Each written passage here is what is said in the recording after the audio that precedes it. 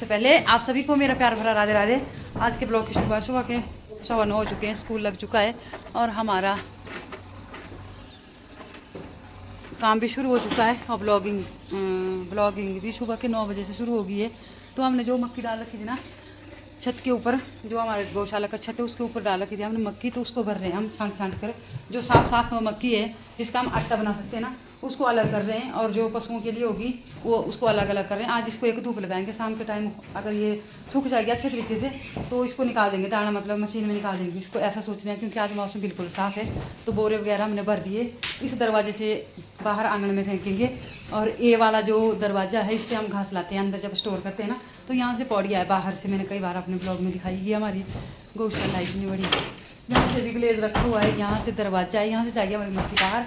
इस तरफ है एक वेंटिलेटर और इस तरफ है दूसरा वेंटिलेटर। और गौशाला में जो भी हमारे ज्वार रहते हैं काम करने के, सारे लगा रखे हैं हमने चारों तरफ। तो ये देखो रस्सियाँ हैं, ये घास की रस्सियाँ जो हमने पशुओं को खिला दिया, अब बच गई रस्सियाँ। अगले जो हम घास स्टोर करेंगे ना उसके लिए रस्सियाँ है, इस बारी इसको ही कर देंगे गाय। तो अभी मुझे इस पूरे छत को साफ़ करना है क्योंकि यहाँ पे ना जाले लगा दिए हैं ग्लाउज में। और अब मैं जाऊँगी नीचे क्योंकि नीचे आंगन में तिरपाल बिछाना पड़ना।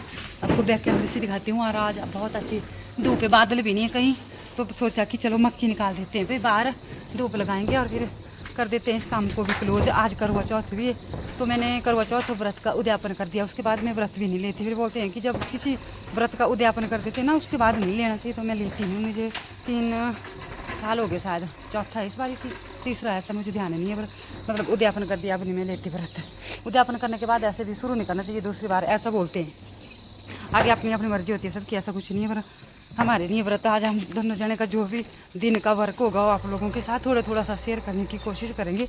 और मेरे पैर में जो मैं बता रही थी ना फेसबुक के ऊपर मैंने एक वीडियो डाल रखी थी, तो वहाँ पे ना कील थी इतनी मोटी, जैसी गट्टी नहीं होती इतनी मोटी निकली। तो वहाँ पे अब पट्टी कर दी है पाँव में, तब से आएगी मक्की बाहर इस दरवाजे से, यहाँ से बाहर। और इस छत से यहाँ पे पकड़ूंगी मैं, ये त्रिपाल बिछाऊंगी आंगन में। और यहाँ पे शाम तक ना धूप रहती है, फिर शाम के टाइम देखते हैं मक्की निकाल देंगे। अच्छी खासी धूप है, आज नहीं है बिल्कुल भी नहीं, बादल कहीं भी नहीं। तो मैं उतर लेती हूँ इन सीढ़ियों से आराम से। मैंने जुराब भी डाल रखी है क्योंकि पट्टी कर रखी है ना पाँव में, इतना बड़ा छेद हो गया है पाँव में, पूछो ही मत आप, बहुत ज़्यादा दर्द हो रहा है।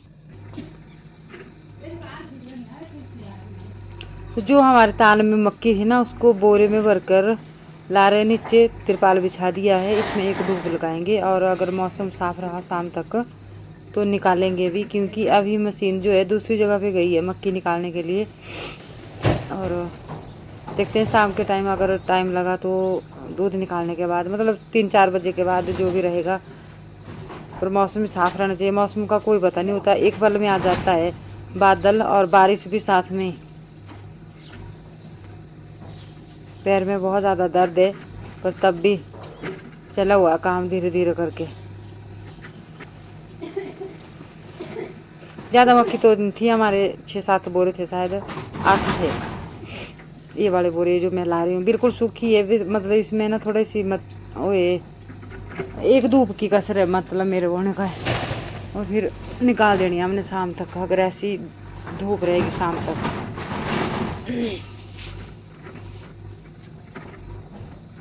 पंकज के पापा जी की बहुत ज़्यादा हेल्प रहती है अगर ये घर पर रहे तो, नहीं तो फिर ये सारा काम मुझे ना अकेले को ही करना पड़ना था। तो यहाँ से मुझे नज़दीक भी हो गया, नहीं तो मुझे एक बोरा करके ना परली साइड से लाना पड़ना था, लॉन्ग रूट से।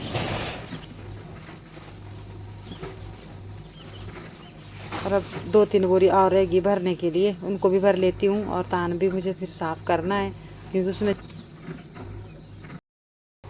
कैसे वो हो सर क्यों तू क्या सोचे क्या गजे यहीं पर है, इतनी सफाई की थी मैं तेरे सेवा सुन दे। हाँ सारे प्याग हुआ, झाड़ू रहा काम, झाड़ू लगे आज पूरा प्याग। ये मक्की हमारे पशुओं के लिए हो जाएगी क्योंकि ये पूरी ख़राब थी, पूरी बरसात में इस बार ना मक्की का बुरे हाल हो गया। और ये निकली हमारे को आटा बनाने के लिए थोड़ी सी अब लेनी पड़नी अपने लिए, पशुओं के लिए तो शायद हो ही जाएगी। तो ये दरड़ बनाने के काम आएगी, ये आटा बनाने के काम आएगी। तो हमने ना ऊपर ही छांट दिया था पूरा, और अब मुझे पूरा छत साफ़ करना है। और पंकज के पापा जी जा रहे हैं अपने काम से और मुझे लगना है अपने काम पे। तो पूरा दिन कुछ ना कुछ चला ही रहता है घर में, छोटा मोटा काम। चलो जी, तो पूरा दिन अच्छी खासी धूप रही, बीच बीच में मौसम भी खराब हुआ, हल्की हल्की बूंदाबांदी भी हुई। पर अब टाइम हो गया है 3:30। तो मशीन ले आए पंकज के पापा जी दूसरी जगह से घर को, और मैंने किया टोका पशुओं के लिए। तो जितने को दूध निकालने का टाइम होगा ना, उतने को हम मक्की निकाल देंगे, क्योंकि ये जो मक्की का थ्रेसर है छोटा है, इसमें एक आदमी भी काम कर सकता है और जहाँ मर्जी वहाँ लगा सकते हैं इस थ्रेसर को। मतलब इतनी सुविधा है इसकी। और ऐसे तो हम 2 जने, एक जना भर रहा है, दूसरा जना मशीन में डाल रहे हैं, तो फटाफट से मक्की निकल रही है। इस बारी की मक्की ना सारी बेकार है, क्योंकि सड़ गई थी खेत में ही, तो गुल्ली का भी ऐसा कचरा जैसा हो गया है। पर चल, जो भी था निकल गई, फटाफट से काम निपट जाएगा, क्योंकि दिन को मौसम ख़राब हुआ था, हल्की हल्की बूंदाबांदी भी हुई थी। तब सोच रहे हैं चलो निकाल ही देते हैं, और फिर दाने भरने में ना आसानी रहेगी। ये देखो, एक तरफ गुल्ली निकल रही है, दाना भी साथ में ही पड़ रहा है, यहाँ से मक्की फेंकना। मतलब ये नया थ्रेसर आया है, छोटे छोटे जिम्मेदारों के लिए अच्छा है। और अगर मजबूत मक्की हो ना, तो पूरी पूरी गुल्ली निकलती है इसमें। पर अब क्या करना, इस बारी ना पूरी सड़ गई थी।